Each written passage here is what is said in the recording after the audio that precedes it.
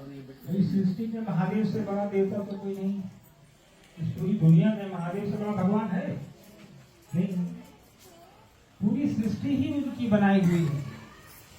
तो सृष्टि में हर एक चीज जो है, चाहे वो पौधा हो, चाहे वो जानवर हो, चाहे वो हम और आप इंसान हो, मिट्टी हो, वायु हो, अग्नि हो, सब कुछ उनका ही निर्माण किया हुआ है। पुरानी तस्वीरों में अभी एक हमारे यहाँ थी लगी, उस घर में लगी हुई है, जिसमें महादेव की तस्वीर में देखेंगे आप, महादेव भी है, माता पार्वती भी है, गणेश जी भी हैं, कार्तिकेय भी है, सांप भी है, मोर भी है, बसहा भी है, शेर भी है। तो एक ही तस्वीर में सब एक ही जगह बैठे हैं। उस तस्वीर से क्या शिक्षा मिलती है हम लोगों को, क्या संदेश मिलता है, क्या संदेश तस्वीर बनाने वालों ने हमको आपको दिया? यही संदेश दिया ना कि देखो उस महादेव के सानिध्य में बाघ जो बैल को खाता है लेकिन बैठा एक साथ है, मोर जो सांप को खाता है लेकिन बैठा एक साथ में है, सांप चूहे को खाता है लेकिन बैठा एक साथ में है। तो हम और आप महादेव के सानिध्य में हैं, उनकी शिष्यता में हैं, उस राह में हम और आप चल रहे हैं जो साहब दीदी ने बताया है, दिखाया है। तो महादेव के पास कोई भेद नहीं है। साहब ने कहा कई चर्चाओं में कि धरती पर आया हुआ हर एक इंसान जो धरती पर पैदा हुआ है, चाहे वो किसी जाति का हो, किसी धर्म का हो, कुछ भी हो, क्या खाता है, नहीं खाता है, कैसा रंग है उसका, वो अमीर है, वो गरीब है, उससे कोई मतलब नहीं। तो उसने धरती पर जन्म लिया, उसकी पात्रता ये हो गई कि वो महादेव को अपना गुरु बना सकता है।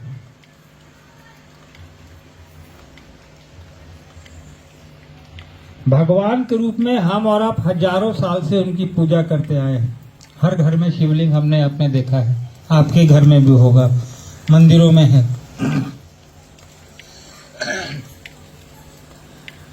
और शिव से पुराना देवता कोई नहीं, ये तो हमारा आप जानते हैं, बताने की जरूरत नहीं। ठीक उसी तरह देख लीजिए, शिव जी का हम लोग विवाहोत्सव मनाते हैं, कभी जन्मोत्सव मनाते हैं? महादेव का जन्मोत्सव मनता है, कभी देखा आपने? क्योंकि उनकी जन्म की तारीख है ही नहीं, और जिसकी जन्म की तारीख नहीं है उसकी मृत्यु की भी तारीख नहीं होगी। तो हम और आप क्या कहते हैं? शिवरात्रि मनाते हैं।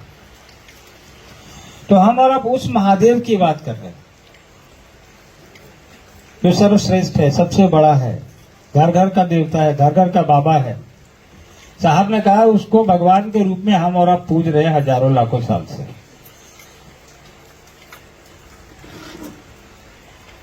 उसको सिर्फ गुरु बना लेना। आप लोगों को पता होगा साहब के पहले भी कई लोग महादेव के शिष्य हुए, किताबों में है लिखा हुआ।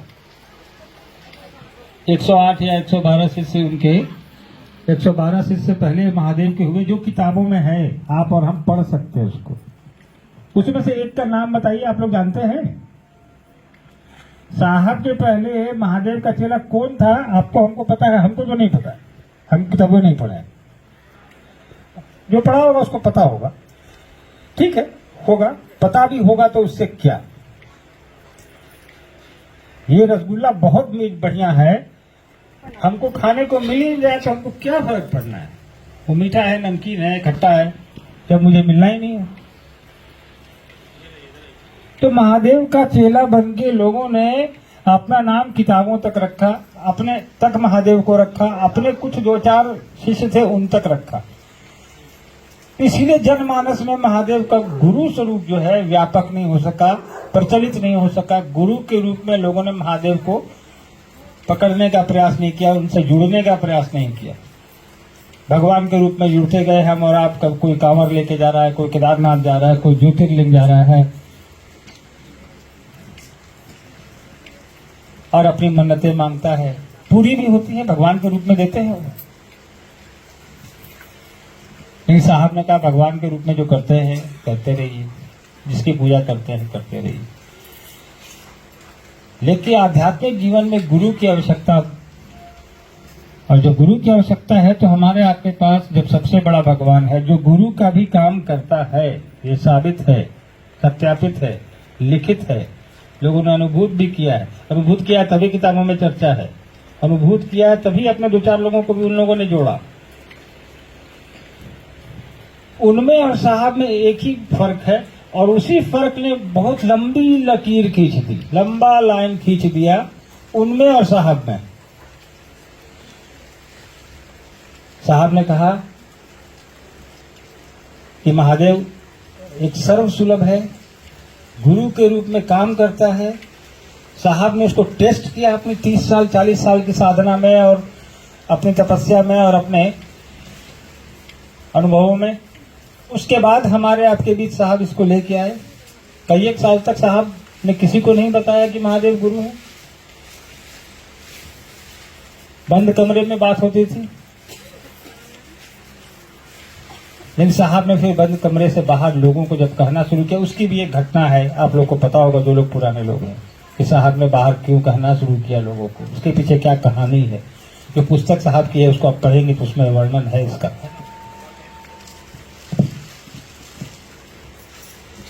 तो उससे जुड़ने की जरूरत है। साहब ने अपने 30-40 साल का जो साहब का अनुभव था उसका निचोड़ हमको आपको दे दिया। कहा कि देखो भैया 3 ही काम करो, चौथा करने की जरूरत नहीं है। 3 काम कौन कौन बताया, सब जो भी पुराने हैं सबको पता है। 3 सूत्र करने हैं।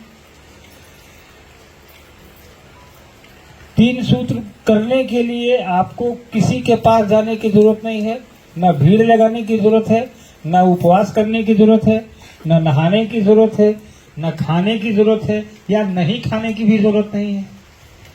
आप जहां हैं, जैसे हैं, जिस स्थिति में है, जिस परिस्थिति में है, जिस अवस्था में है, आपका मन अगर पकड़ रहा है उन चीजों को, तो आप 3 सूत्र के माध्यम से गुरु को अपना प्रणाम जो है निवेदित कर सकते हैं। आसान सी विधा है, न पैसे लेने हैं उसके लिए, न किसी को देने हैं। साहब ने कई बार चर्चाओं में कहा ना कि शिव चर्चा में खर्चा नहीं होता है। बात सही है। 3 सूत्र करने में क्या खर्चा होता है। आपने महादेव से दया की याचना की, प्रणाम किया, नमन किया, नमः शिवाय से किसी को कहा कि आप हमारे गुरु महादेव हैं, आप भी बन सकते हैं, आप मान के तो देखिए। क्या पैसा लगा? कुछ नहीं लगा।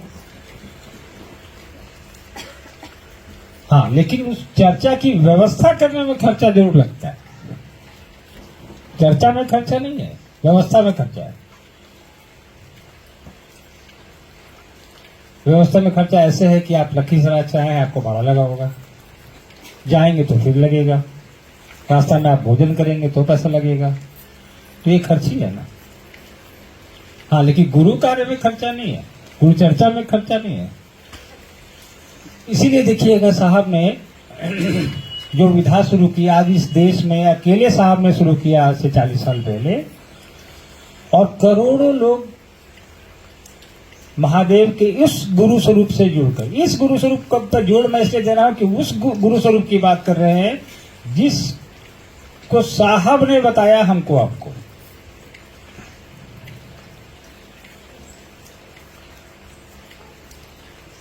साहब एक कहानी सुनाते थे पहले, वो नंबरदार वाला, कि अंबाला का एक नंबरदार था, वो रात में घर लौट रहा था तो नदी में पानी आया, कुछ ऐसा आ गया था ना, क्या था, बहुत तेज पानी आ गया। तो उसने, हाँ, उसको उस पार जाना था, तो उसको कोई उपाय नहीं, रात अंधेरी हो गई थी। तो एक अघोरी बैठा था, उसको उसने कहा कि भाई मुझे, एक अघोरी बोला कि परेशान हो, क्या बात है? बोला मुझे उस पार जाना है, तो इतना पानी है, जाऊं कैसे?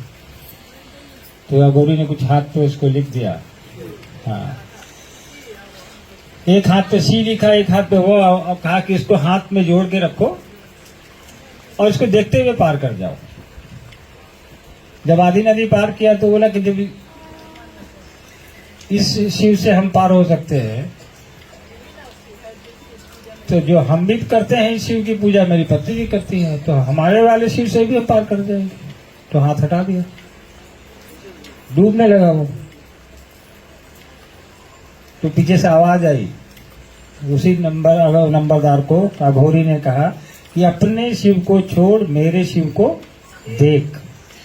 जिस शिव से उसने जुड़ने को कहा था, इसलिए मैं कह रहा हूं कि मैं उस शिव की बात कर रहा हूं, उस गुरु की बात कर रहा हूं जिससे जुड़ने के लिए साहब ने आपको हमको बताया है। तो उससे जुड़ना है और लोगों को भी जोड़ना है। कोई नया काम नहीं है, हमारे आपके लिए नया हो सकता है। साहब ने जो बताया है, साहब ने जो व्यवस्था दी है, साहब ने जो तरीका अपनाने को हमें बताया है, आपको बताया है, जो पद्धति समझाई है हमको आपको, उसी से जुड़ना है, जुड़ते हुए आगे बढ़ना है।